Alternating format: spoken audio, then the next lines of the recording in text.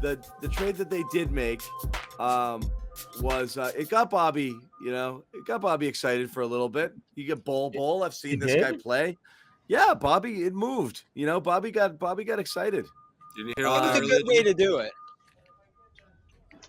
Yeah, Bobby got excited, but at the end of the day, it's after the initial dust settles, and you're like, that's a name. It's obviously very clear that what it was, and it was a salary move, which is fine because that's value, has some value to them. But I think a lot of people, myself included, kind of jumped all over it because it signifies what's coming, which is nothing. And that's what sucks is. Everyone was like, I had a friend ask me, he's like, why are you so mad on Twitter? Or why are people killing this trade? And I was like, it seems perfectly reasonable. Yes, the trade is perfectly reasonable. It's smart. You're shaving salary. You're trading nothing for nothing and getting under the tax. Nothing bad about that. Absolutely good bookkeeping on your part. Who knows? You're taking a flyer on a player. Maybe you can keep and might develop for you down the road.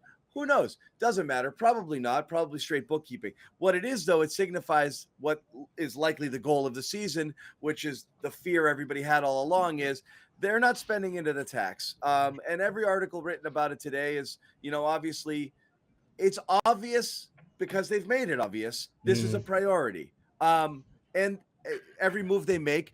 So it's very easy to say what Wyc has been saying. I'll spend into the tax for a contender. And he's done that. And that absolves you of having to do anything here because no one can argue that this team is a contender.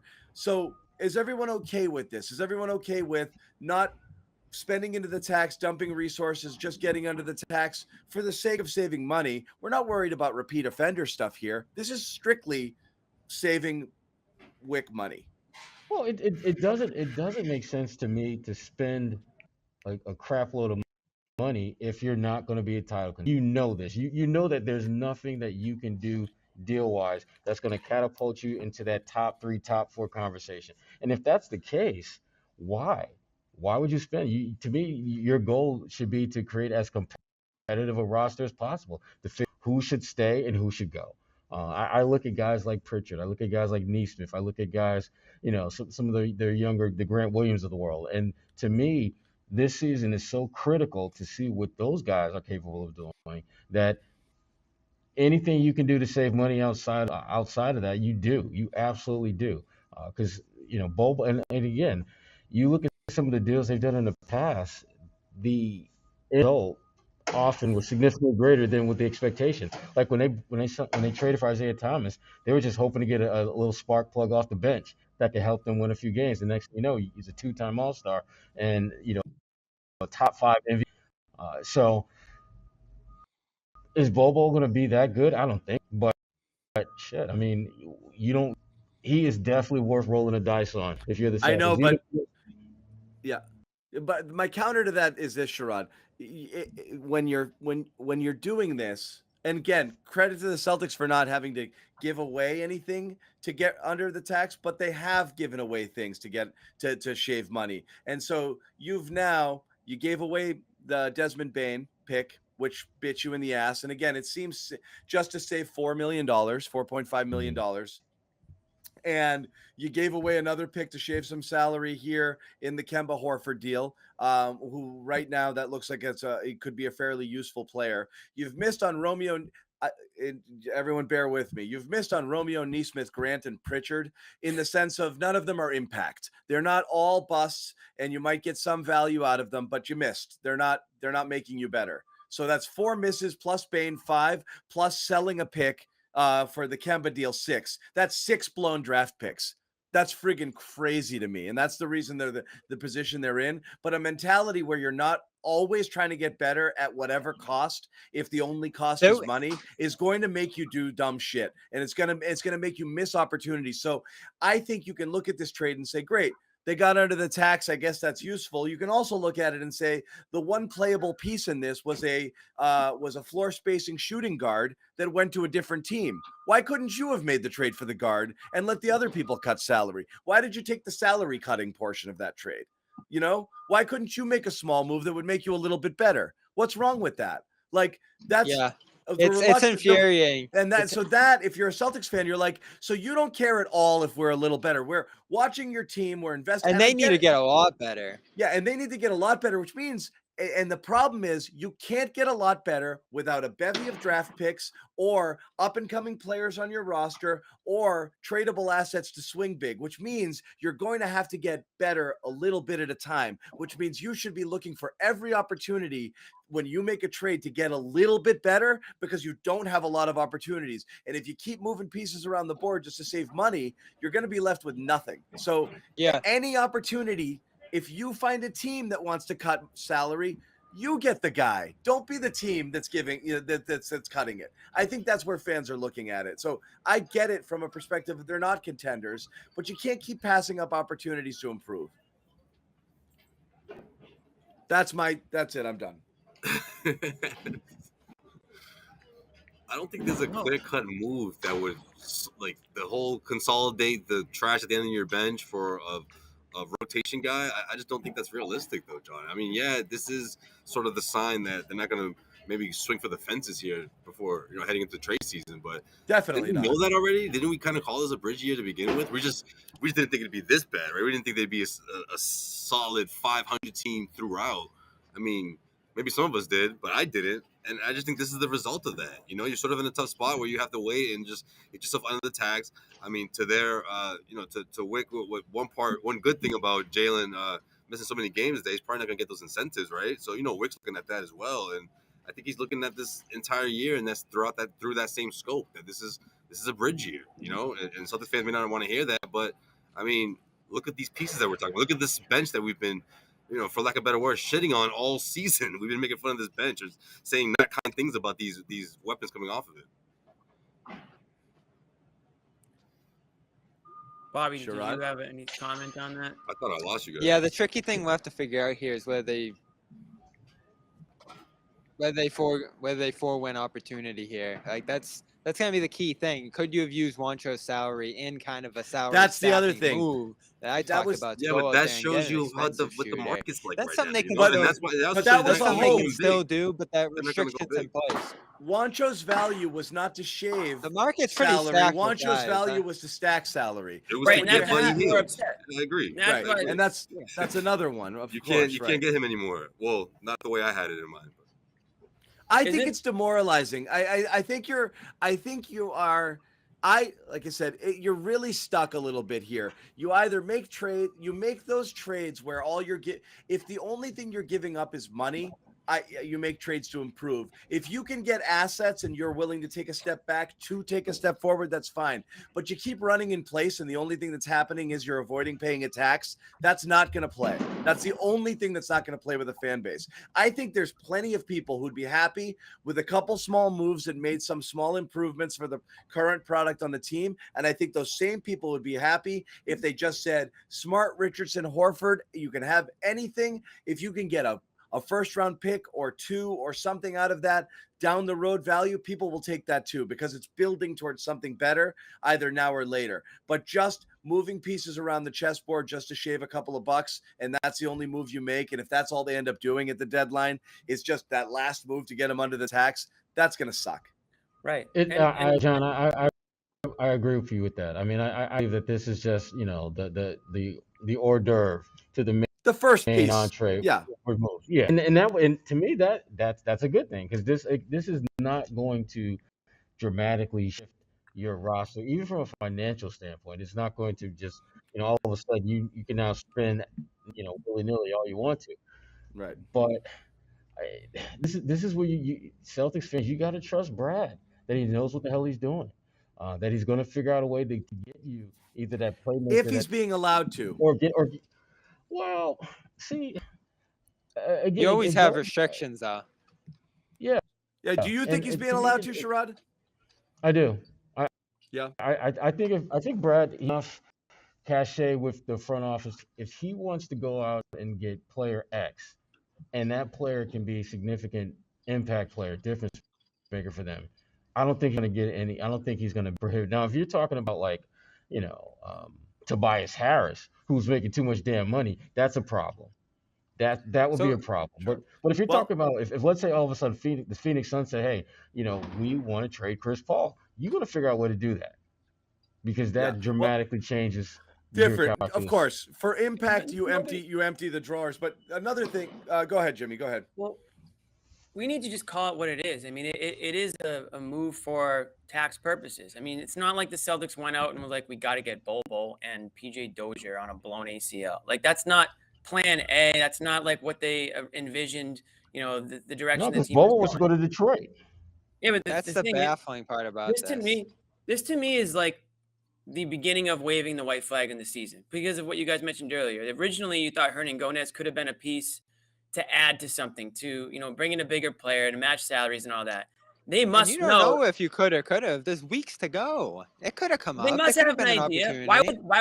Why would they just jump at this? Why was Because they had a chance to get under the Save tax. money, and it save feels like they money! needed to. Yeah. Yes, the opportunity came up once the Bol deal fell through. But theoretically, they should be able to get under the cap, in the next couple of weeks if this is. This was the type of easiest and level of most move that it painless takes. way to do it, though. It's Right, almost and- like. and that's Did what you it see the is. way Do you But see the way the reporting came out? It was like the Spurs. They got their future pick here, and they got off a guy they probably weren't going to keep. And the Nuggets, they got the shooter and the depth they needed, and they got rid of the two guys who couldn't play for them off the bench here. And the Celtics, they really needed to get under that tax line, and they did it here. Oh my Lord! That's another narrative that the entire national media talks about. Like Everyone's they needed accepted. to. It was they crucial. need to get under the tax. Like, we're all gonna, we're all just gonna explode if we don't get under the tax. I mean, don't get me wrong.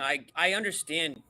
Once you realize that you're not good enough to win with the roster, why not get under the tax? It does make sense. It's just a I frustrating totally get position it. to have. I totally get two separate things. Like, I totally get why they're doing it, but it doesn't make it like. Here's the thing, I'm too. not gonna It say, doesn't make that's sense in some ways. so but smart I that they believe, did that. Jimmy, It's I not smart believe that they're in this. I position. believe everything you do should be first towards improving, and when you don't then save to make. Again, if this is the first domino to fall and it's get under, have a little bit more, make another move here, or get as far under as you can now, because we are going to make a deal to absorb some salary, which will put us into the tax. So if I don't have to go 20 million into the tax, I only have to go 10 million in, because we are going to add.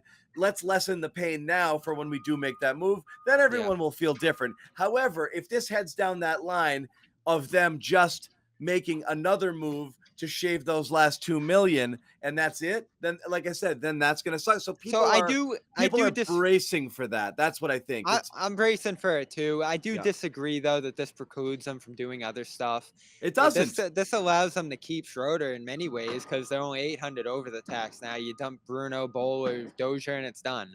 So you don't have to trade Schroeder if you don't get a return you don't like here. And you can match salary. You can do all that to stay under the tax. I just made a trade in the machine today that keeps them right about where they are salary-wise. So, there's still a million different things they can do here, but it is just a worrisome sign that that's going to dictate everything they do here. So even if there are opportunities that could help them make the step in the improvements that they need to toward the long way away that they are from contending here, you got to start doing it now. And Josue, you mentioned that there might not be a lot of opportunity here. I don't know how you can tell weeks out. I really don't. There was even news today that the Kings are going to look to sell off some guys. Those are guys that could help you.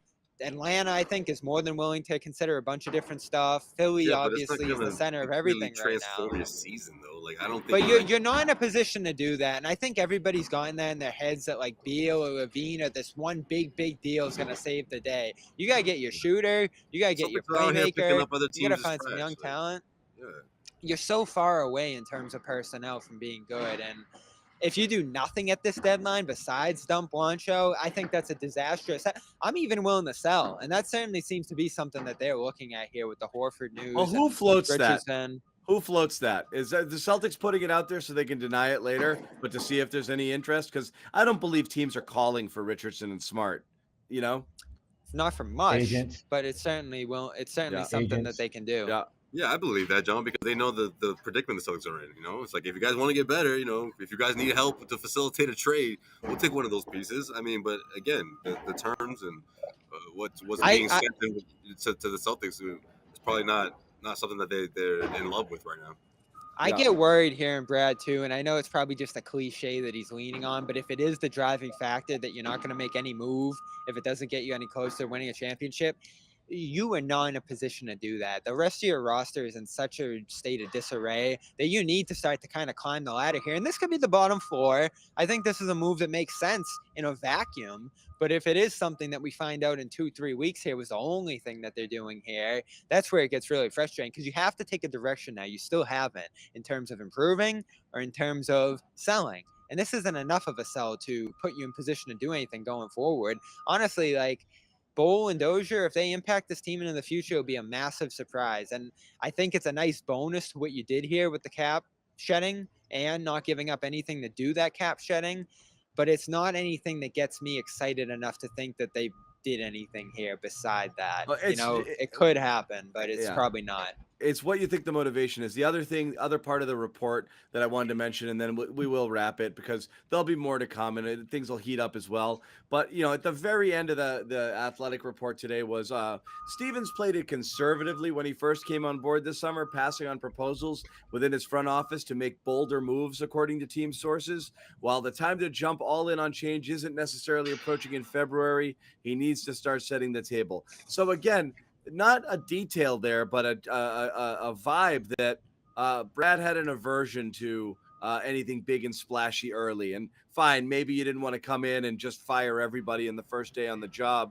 But if you don't have the aversion to do something bold or drastic, I mean, if you don't have, if you don't have that in you and you're going to play it conservative, there's a very small chance they're going to improve.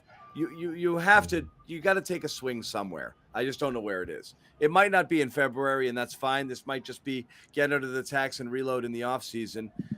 You have to take a risk. The thing you're going to do is you're probably going to have to take a risk somewhere. Yeah. Yeah, you don't have a lot of assets. There's not a lot of opportunity or players that are going to be interested in coming here. So you have to take a risk on a guy that could transform the dynamic on your team, the leadership situation, certainly.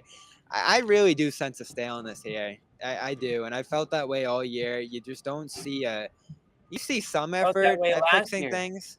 Yeah, the group as a whole right now just isn't meshing, and the bottom parts on the roster aren't working, and at the top, you do have big questions there. Like, I don't even think shaking things up at the bottom of the roster could necessarily be the answer because the way they're faltering in the fourth quarter, which is kind of the definition of this team this year, that's the key players that are doing that. So you could go get a shooter, you could go get a playmaker, and still have it be a disaster there. Like, just patching kind of the edges here may not be the answer, but you have to try, right? Because you haven't tried. You haven't tried to funnel some picks in the one player, consolidate a little. I mean, they still haven't consolidated.